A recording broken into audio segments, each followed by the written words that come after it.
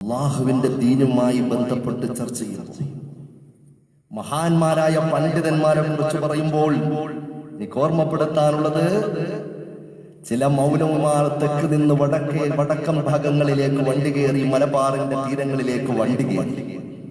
അവർക്കൊരു സമയത്ത് ഒരുപാട് വേദികൾ ഉണ്ടായിരുന്നു. സംഘടന നോക്കാതെ ആളുകൾ അവരുടെ മുമ്പിൽ കൂടിയിരുന്നു. അവസാനം ചില കുൽസിത ശ്രമങ്ങൾ കാരണം ഒറ്റപ്പെട്ട ചില ശബ്ദങ്ങൾ വന്നപ്പോൾ തങ്ങൾക്ക് വേദി കുറഞ്ഞു പോകുമോ എന്ന് വിചാരിച്ചുകൊണ്ട് ചില പണ്ഡിതന്മാരായ മഹാന്മാരായ പണ്ഡിതന്മാരെ കുറ്റപ്പെടുത്താൻ തുടങ്ങി. ചിലരുടെ പേരിങ്ങനെ ഉറച്ചുറച്ച് പറയാൻ തുടങ്ങി. ഞാൻ എൻ്റെ പ്രിയപ്പെട്ട സഹോദരങ്ങളോട് ചോദിക്കുക, മഹാനായി ഞാൻ തുറന്നു പറയുന്നു, മഹാനായ എ പി ഉസ്താദ്, ഖമറുലുലമായ എ പി ഉസ്താദ്, അല്ലാഹു ആഫിയത്തുള്ള ദീർഘായുസ് നൽകുമാറാകട്ടെ. അല്ലാഹു ആഫിയത്തുള്ള ദീർഘായുസ് നൽകുമാറാകട്ടെ. അല്ലാഹു അഹ്ലുസ് സുന്നത്തി വൽ ജമാഅത്തിന്റെ മുഴുവൻ പണ്ഡിതന്മാർക്കും ആഫിയത്തുള്ള ദീർഘായുസും ഹിമ്മത്തും ഇസ്സത്തും അല്ലാഹു ഏറ്റുകൊടുക്കുമാറാകട്ടെ. നിങ്ങൾ ആലോചിക്കണം, ഗുജറാത്തിന്റെ പേര് പറഞ്ഞുകൊണ്ട് മഹാനായ എ പി ഉസ്താദിനെ ഏതൊക്കെയോ നിരർത്ഥമായ തക്ബീറുകൾ കിട്ടാനും കയ്യടി വാങ്ങാനും വേണ്ടിയിട്ട് ഗുജറാത്തിന്റെ പേര് പറഞ്ഞു മഹാനായ പണ്ഡിതനായ എ പി ഉസ്താദിനെ വലിച്ചഴക്കുന്ന മൗലവിയോട് ഞാനൊന്ന് ചോദിക്കട്ടെ, വേദനാപൂർവ്വം ഞാനൊന്ന് ചോദിക്കട്ടെ, കുറ്റപ്പെടുത്തുകയല്ല, ഞാനൊരു അപേക്ഷാഭാവത്തോടെ ഞാൻ ചോദിക്കുക. ആരെയും കുറ്റപ്പെടുത്താനുള്ള അവകാശം നമുക്കില്ല. പക്ഷേ ഞാനൊന്ന് ചോദിക്കുക, തെറ്റിദ്ധരിക്കപ്പെട്ടു പോയ ഏതെങ്കിലും ആളുകളുണ്ടെങ്കിൽ അവരോട് ഞാനൊന്ന് ചോദിക്കുക. ഇന്ത്യയുടെ ഒരറ്റം മുതൽ മറ്റേ അറ്റം വരെ സഞ്ചരിച്ചാൽ 2000-ഓളം പള്ളികൾ മഹാനായ എ പി ഉസ്താദ് നിർമ്മിച്ചു. അല്ലാഹുവിന് സുജൂദ് ചെയ്യുന്ന അതേ 5 നേരവും അല്ലാഹു അക്ബർ അല്ലാഹു അക്ബർ അല്ലാഹു അക്ബർ എന്ന് ആ പള്ളി മിനാരത്തിൽ നിന്നും പങ്ക് കേട്ടുകൊണ്ട് ആളുകൾ, സത്യവിശ്വാസികളായ സഹോദരങ്ങൾ ആ പള്ളിയിലേക്ക് കടന്നു വന്ന് സുജൂദ് ചെയ്യാൻ പറ്റുന്ന പരിപക്വമായ രൂപത്തിൽ ആയിരക്കണക്കിന് പള്ളികൾ നിർമ്മിച്ച എ പി ഉസ്താദ് ഉണ്ടല്ലോ. ആ ഉസ്താദിന്റെ ആയുഷ്കാലം എന്തിനു വേണ്ടിയിട്ടാ ചെലവഴിച്ചത്? ഏതെങ്കിലും കൂവിത്തെളിയാൻ വേണ്ടിയിട്ട് ഏതെങ്കിലും കേവലം വേദികൾ മാത്രം ഉപയോഗിച്ചതാണോ? അവിടെ നിന്നും കൊണ്ടുപോകുന്ന പൈസകൾ കൊണ്ടുപോയിട്ട് സ്വന്തം വീടും അതുപോലെ പരിസ്ഥിതിയും അതുപോലെ കുടുംബവും വികസിപ്പിക്കാനും തന്റെ പള്ളിയിലേക്ക് മാത്രം ഉപയോഗപ്പെടുത്തിയവരാണോ? ഒന്നാലോചിക്കണേ. മഹാനായ എ പി ഉസ്താദിനെ കുറിച്ചൊന്നറിയണേ, എ പി ഉസ്താദിന്റെ മഹത്വം എന്നറിയണേ, പണ്ഡിതന്മാരുടെ മഹത്വം എന്നറിയണേ. ആരാവട്ടെ അഹ്ലുസ് സുന്നത്തി വൽ ജമാഅത്തിന്റെ പണ്ഡിതന്മാരെ ഒരൊറ്റ ആളിനെയും കുറ്റപ്പെടുത്താൻ ആർക്കും അവകാശമില്ല. ആരെയും തേജോവധം ചെയ്യാൻ ആർക്കും അവകാശമില്ല. തന്റെ സംഘടനയുമായി ബന്ധമില്ലാത്ത ആളാണ്, അതുകൊണ്ട് തെറി വിളിക്കാൻ ഒരാൾക്കും അവകാശമില്ല. തന്റെ കൊടി പിടിക്കാത്ത ആ കൊടിയോട്, ആ കൊടിയുടെ നിറത്തോട് വെറുപ്പുള്ള ആളാ. പക്ഷേ പണ്ഡിതനാണോ, വിശിഷ്ട സയ്യിദാണോ, ബഹുമാനിച്ചേ പറ്റൂ, ആദരിച്ചേ പറ്റൂ. അത് കുടുംബം നോക്കിയിട്ടല്ല, നിറം നോക്കിയിട്ടല്ല, തറവാട് നോക്കിയിട്ടല്ല, രാഷ്ട്രീയം നോക്കിയിട്ടല്ല. ഏതൊക്കെ രാഷ്ട്രീയക്കാരാകട്ടെ, മഹാന്മാരായ തങ്ങന്മാരെ ബഹുമാനിക്കണം. അതുകൊണ്ട് തന്നെ കേരളത്തിലെ സമൂഹം സമൂലം അള്ളാഹുവിന്റെ റസൂലിന്റെ കുടുംബത്തിൽ പരിലസിക്കുന്ന മഹാനായ ശിഹാബ് തങ്ങൾ, അവിടുന്ന് ഒരു രാഷ്ട്രീയ പാർട്ടിക്ക് നേതാവാണെങ്കിൽ പോലും മഹാനായ ശിഹാബ് തങ്ങൾ എന്ന ഏറ്റവും വിശാല മനസ്സുള്ള തങ്ങളെ സ്നേഹിക്കുന്നത് അള്ളാഹുവിന്റെ റസൂലിന്റെ കുടുംബത്തിൽ പെടാൻ അള്ളാഹു കൊടുത്ത ഭാഗ്യം കൊണ്ടാ. എന്റെ പ്രിയപ്പെട്ട സഹോദരങ്ങളെ, അതുകൊണ്ട് ആലോചിക്കണേ. ഈ മഹാന്മാരായ പണ്ഡിതന്മാർ അവരുടെ ജീവിതകാലം മുഴുവനും നിങ്ങൾ ആലോചിക്കണം. എ പി ഉസ്താദ് അവർക്ക് ഭക്ഷണം കഴിച്ച് അവരുടെ വീട്ടിന്റെ ഉള്ളിൽ ചാരികസേരിയിൽ സുഖമായിട്ട് വേണമെങ്കിൽ ഇരിക്കാം, വിശ്രമിക്കാം, പ്രായമുണ്ടല്ലോ. കുടുംബത്തിലേക്ക് തന്നെ വല്ലപ്പോഴും കടന്നു ചെല്ലുന്നത് ഈ സമുദായത്തിന്റെ സമൂഹത്തിന്റെ രാഷ്ട്രത്തിന്റെ പ്രവർത്തനങ്ങൾക്ക് വേണ്ടിയിട്ട് സുബ്ഹാനല്ലാഹ്, സമുന്നതമായ പ്രവർത്തനങ്ങൾക്ക് വേണ്ടിയിട്ട് സമാധാനപൂർണമായ സന്ദേശങ്ങളുമായിട്ട് കടന്നു പോകുമ്പോൾ, ദേശീയ അന്തർദേശീയ തലങ്ങളിലേക്ക് കടന്നു പോകുമ്പോൾ, വിശ്രമമില്ലാതെ ആ പണ്ഡിതൻ കടന്നു പോകുമ്പോൾ, നിങ്ങൾ ആലോചിക്കണേ. കാശ്മീരിന്റെ ചോരച്ചാലൊഴുകുന്ന കാശ്മീരിന്റെ തെരുവോരങ്ങളിൽ കിടന്ന നൂറുകണക്കിന് പാവപ്പെട്ട മക്കളെ കേരളത്തിന്റെ സ്വതന്ത്രമായ ശുദ്ധവായു ശ്വസിക്കാൻ അവസരം കൊടുത്ത ഇന്ത്യയിലൊരു പണ്ഡിതനാരാ? അങ്ങോട്ട് ചെന്ന് കുറച്ച് കുട്ടികളെ തരുവോ എന്നല്ല പറഞ്ഞത്, മർക്കസിൽ കുട്ടികൾ കുറവാണെന്നല്ല പറഞ്ഞത്. അവിടെ കുട്ടികൾ വന്നുകൊണ്ടിരിക്കയാ, അവിടെ പാർപ്പിക്കാറുള്ള സൗകര്യം പോരാ. ഇപ്പോഴും മർക്കസിന്റെ തിരുമുറ്റത്ത് മർക്കസുമായി ബന്ധപ്പെട്ട് 10,000 വിദ്യാർത്ഥികൾ അല്ലാഹുവിന്റെ ദീൻ പഠിക്കുന്നവരില്ലയോ? 10,000 വിദ്യാർത്ഥികൾ അല്ലാഹുവിന്റെ ദീൻ പഠിക്കുന്നവരില്ലയോ? ശ്രദ്ധിക്കണേ.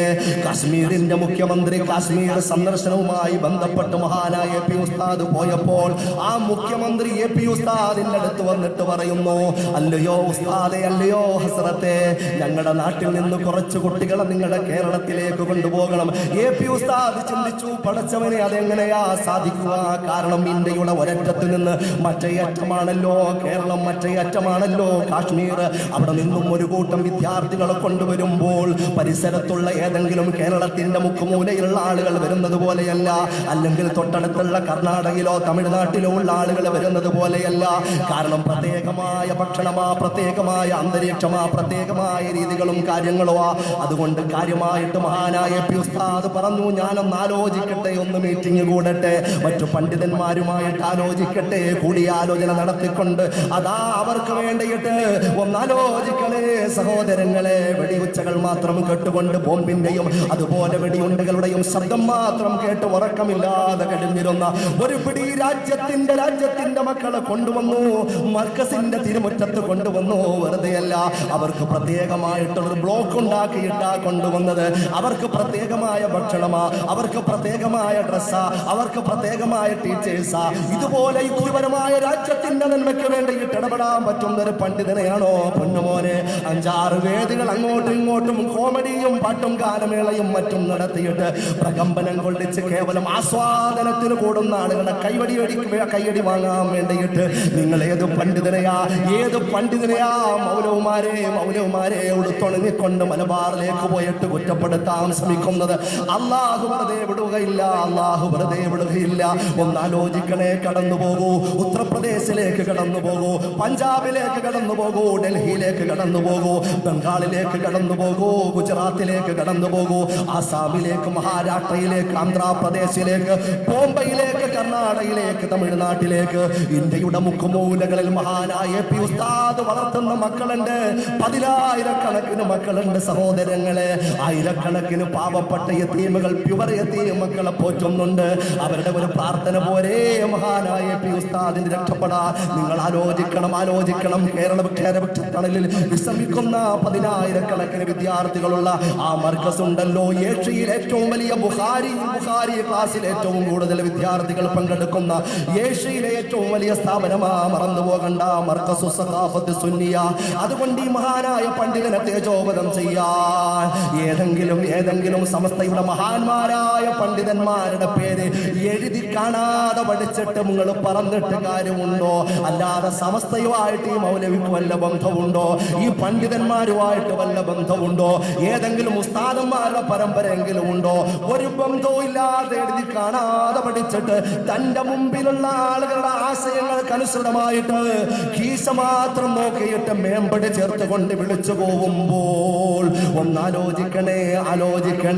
മഹാനായ വരക്കൽ മുല്ലക്കോയ തങ്ങളുടെ പേര് പറയുമ്പോൾ, മഹാനായ കുത്തുബി തങ്ങളുടെ പേര് പറയുമ്പോൾ, മഹാനായ പാണക്കാട് തങ്ങളുടെ പേര് പറയുമ്പോൾ, മഹാനായ കണ്ണിയത്ത് ഉസ്താദിന്റെ പേര് പറയുമ്പോൾ, മഹാനായ ശംസുൽ ഉലമയും ഈ വിനീതന്റെ ഉസ്താദുമാരായ മഹാനായ ശംസുൽ ഉലമയും അതുപോലെ ഈ കെ ഹസൻ ഉസ്താദിന്റെ ഇവർക്ക് പേര് പറഞ്ഞിട്ട് ആളുകളുടെ തക്ബീർ മേടിക്കുന്ന എന്റെ പ്രിയപ്പെട്ട മൗലവി, ഞാനൊന്ന് ചോദിക്കട്ടെ, നിങ്ങളുടെ കരങ്ങൾ കൊണ്ട് ഏതെങ്കിലും ഒരു ശ്രാമ്പി, ഏതെങ്കിലും ഒരു നിസ്കാര പള്ളിയുടെ ഇഷ്ടികക്കട്ടം നിങ്ങളുടെ കൈ കൊണ്ട് കൊടുത്തിട്ടുണ്ടോ?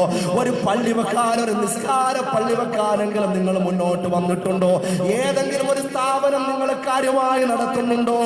ദീനിനെ, അള്ളാഹുവിന്റെ ദീനിനെ സ്നേഹിക്കുന്നവർക്ക്, അള്ളാഹുവിന്റെ ദീൻ പഠിക്കാൻ ആഗ്രഹമുള്ളവർക്ക്, അള്ളാഹുവിന്റെ ദീനുമായി ബന്ധപ്പെട്ടവർക്ക്, അതുപോലെ രാജ്യത്തിന്റെ സുഗമമായ കാര്യത്തിന് വേണ്ടിയിട്ട് എന്ത് കർമ്മമാണോ നിന്റെ ഒരു ചില്ലിക്കാശ് കൊണ്ടെങ്കിലും ചെയ്യാൻ കഴിഞ്ഞിട്ടുണ്ടോ?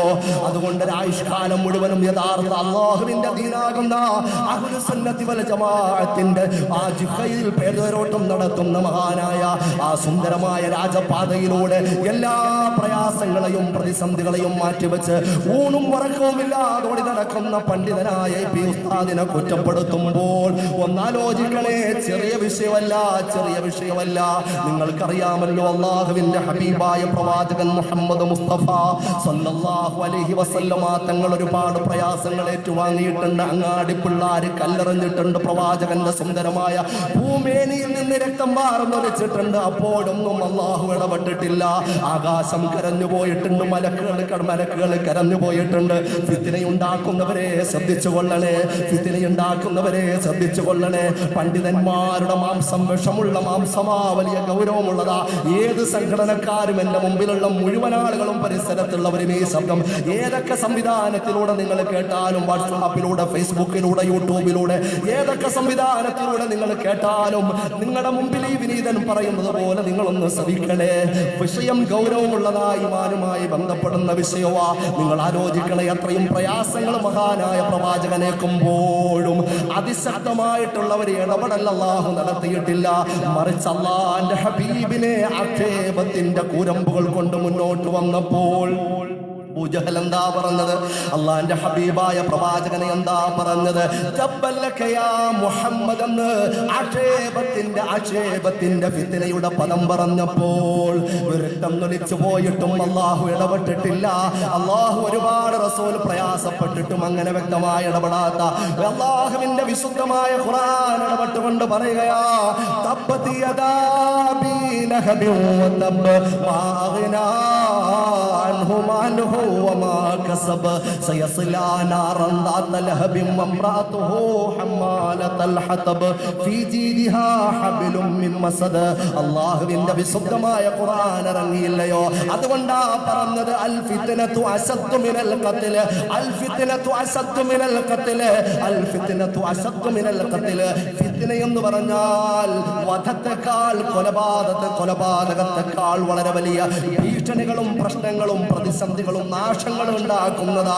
അതുകൊണ്ട് എല്ലാവരും ഗൗരവത്തോടൊന്ന് ശ്രദ്ധിക്കാൻ ഞാൻ പറയുകയാ.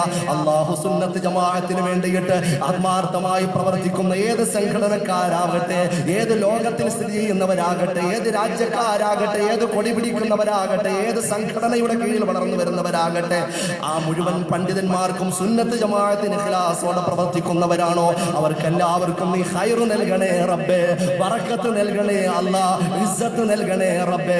ഞങ്ങൾക്ക് ഇളക്കം നൽകണേ അല്ലാ, സുന്നത്ത് ജമാഅത്തിന് ഇളക്കം നൽകണേ റബ്ബേ. ബിദ്അത്തിന്റെ കോട്ടകൊത്തളങ്ങളെ സുന്നത്ത് ജമാഅത്തിന്റെ ഐക്യം കൊണ്ട് തച്ചുടക്കാൻ ഞങ്ങൾക്ക് തൗഫീഖ് നൽകണേ അല്ലാ. സുന്നത്ത് ജമാഅത്തിന്റെ സംഘടനകൾക്കിടയിൽ കുബുദ്ധികൾ കടന്നു വന്ന് വിള്ളലുണ്ടാക്കാൻ ശ്രമിക്കുമ്പോൾ പടച്ചവനെ അങ്ങനെയുള്ള ശർറുകളെ തൊട്ട് സമുദായത്തെ നീ കാക്കണേ റബ്ബേ, സമുദായത്തെ നീ കാക്കണേ അല്ലാ, സമുദായത്തെ നീ കാക്കണേ അല്ലാ.